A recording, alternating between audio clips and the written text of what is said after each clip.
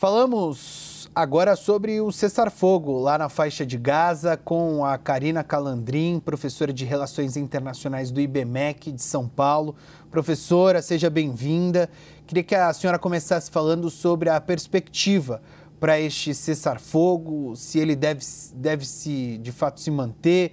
Afinal de contas, tem muita incerteza ali na relação do Hamas com Israel. A gente já teve outros acordos de cessar-fogo que foram divulgados e, em determinados momentos, eles não foram cumpridos. Bem-vinda, obrigado pela sua participação aqui na CNN.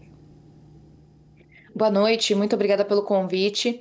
Essa primeira fase ela é muito tensa, então, assim como, né, você bem disse, tivemos outros momentos de cessar-fogo entre Israel e Hamas e, infelizmente, eles não prosseguiram, né? A guerra foi retomada, então esse é um primeiro momento de muita tensão.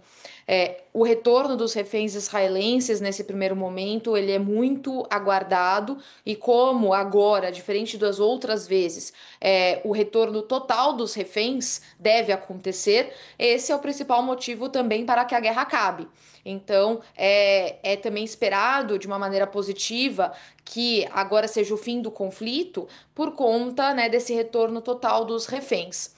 E, em contrapartida, Israel vai libertar prisioneiros palestinos, que já foram acordados, né, os nomes com o Hamas, e vai fazer o recuo das tropas. Então, haverá um recuo agora para cerca de 58% do território e posteriormente, né, um novo recuo será realizado nas novas fases do acordo. Mas é claro, a tensão ela permanece porque a gente já viu isso acontecendo. Então, há aquele temor de que os ataques sejam retomados e que a guerra, de alguma forma, se reinicie e agora sem os reféns fica a dúvida, né? Até que ponto essa guerra irá. Lembrando que Israel já declarou várias vezes de que a guerra só acabaria quando o Hamas fosse totalmente eliminado. Então, dá essa sensação de que pode ser que não funcione. Mas com o retorno dos reféns é uma grande novidade, né, diferente dos outros acordos, e podemos ser positivos de que talvez agora tenhamos a paz na região.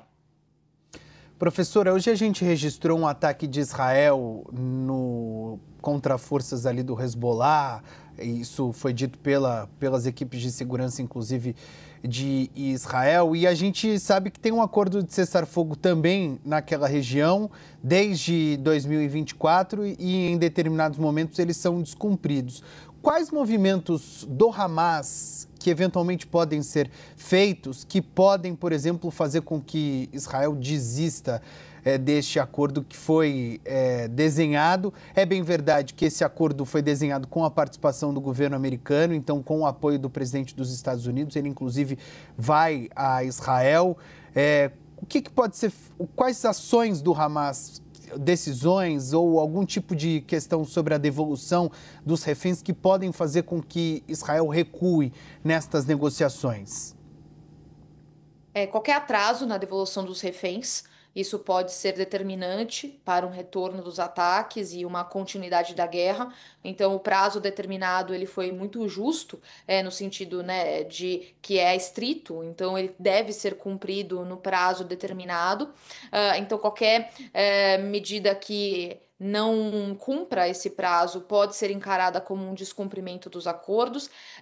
Como vimos no início do ano, no cessar-fogo que aconteceu à época, o Hamas fez um grande espetáculo na soltura dos reféns. Então, por exemplo, se isso se repetir, que foi um termo incluído agora para que não haja nenhum tipo de demonstração pública nessa soltura dos reféns. Então, se o Hamas decidir fazer isso, isso pode ser encarado por Israel como uma quebra de acordo. Então, por isso que eu disse que é um momento muito tenso, porque qualquer interpretação pode ser dada a ações tomadas pelo Hamas que levem ao reinício da guerra. E, né, novamente é o que a comunidade internacional agora não quer e a pressão que os Estados Unidos têm feito para o fim da guerra, inclusive em relação a Israel, né, a pressão que os Estados Unidos têm imposto é muito grande para que o cessar-fogo seja bem sucedido.